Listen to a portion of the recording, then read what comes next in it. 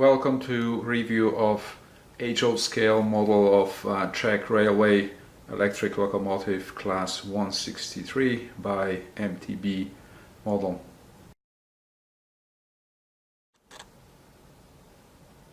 The overall impression straight out of the box of the model is actually quite good. I like the modern, industrial, simple design and appearance of the locomotive. There's something unique about the aspect ratio of the model and the height, plus the round airline style and the windows on the side as well makes the model looking unique in combination with the paint scheme. The main body is actually made very nice. There's quite a bit of details. The front of the locomotive is actually nicely detailed. You can see some of the bolts and the rivetings here and around. There are some photo etched elements added. As per industry standard, the locomotive is coming with the sachet full of small parts, of course, which include the air hoses and hooks. The cabins are pre-wired and they do have pre-installed LEDs. So once you have the decoder installed, you can turn the lights on and off, and I will present this later on. The quality of the paint, at least in the main body, is actually quite good. A very nice and crisp lettering.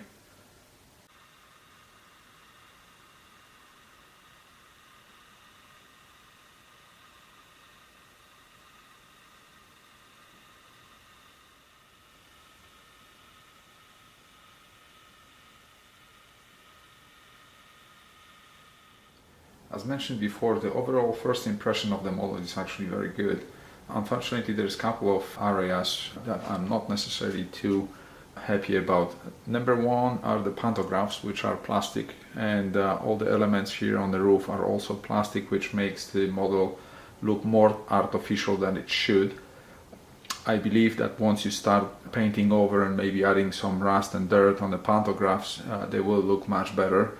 The amount of details here on the top is decent. It's just simply the plastic finishing is not necessarily helping here. Same situation is here at the bottom. The side of the frames is not painted. It's just simply natural color of the plastic, and with the high gloss and the reflection of light, the model look a little bit too plasticky, especially here and on the roof.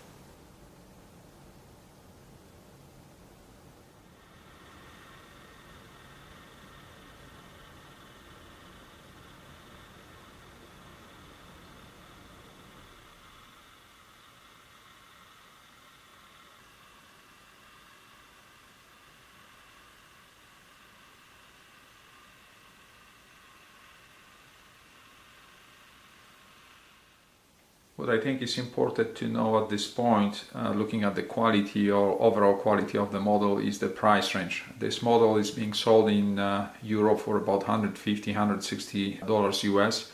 I picked this one up from a hobby shop in Prague.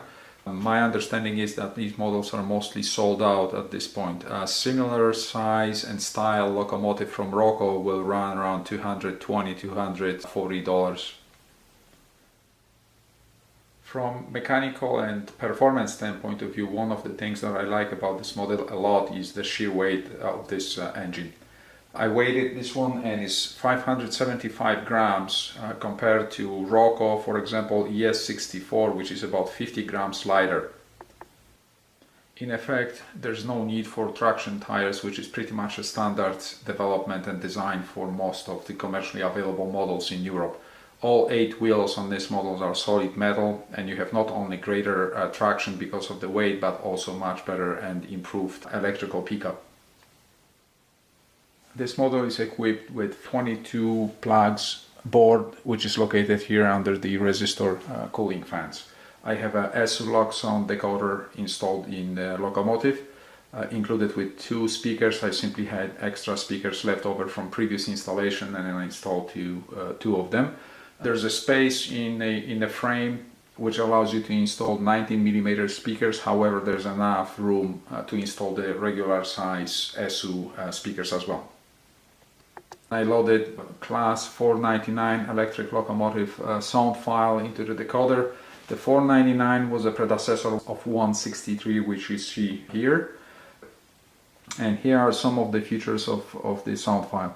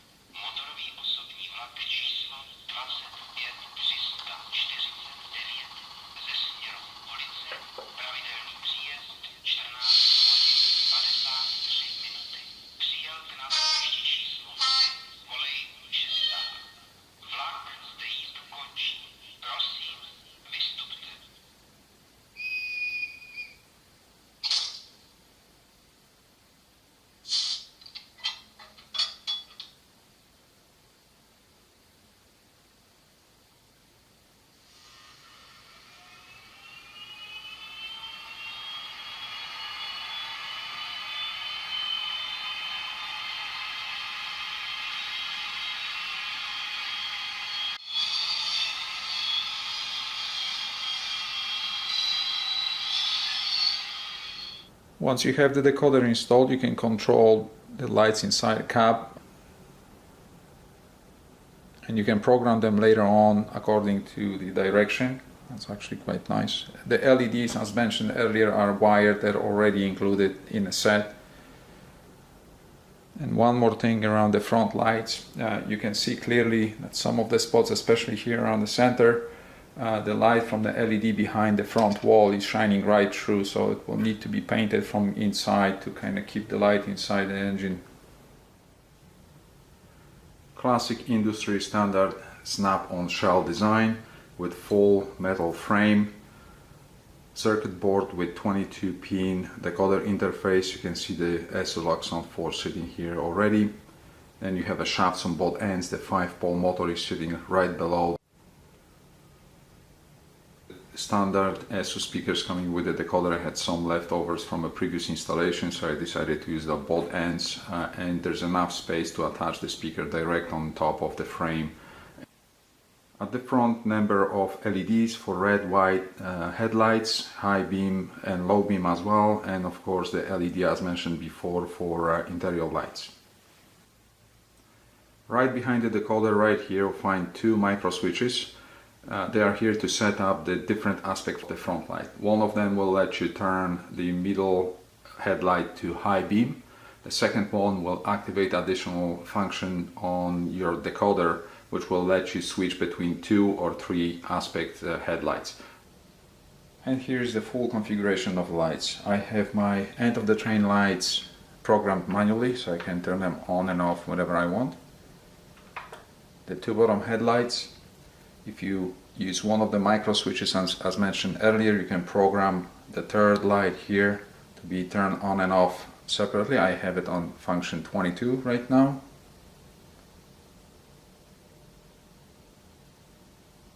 And interior lights. The second micro switch here is controlling the high beams for the center lamp, and I'll try to switch it right now and see if you can. You can see the intensity of the headlight changing, but that's controlling only the one in the center.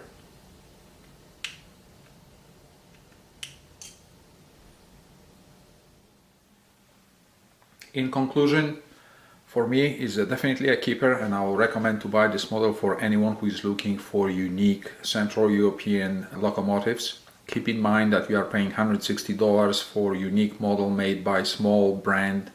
Therefore, if you are willing to work on your models and you like playing with them and improving a couple of things here and there, definitely will recommend.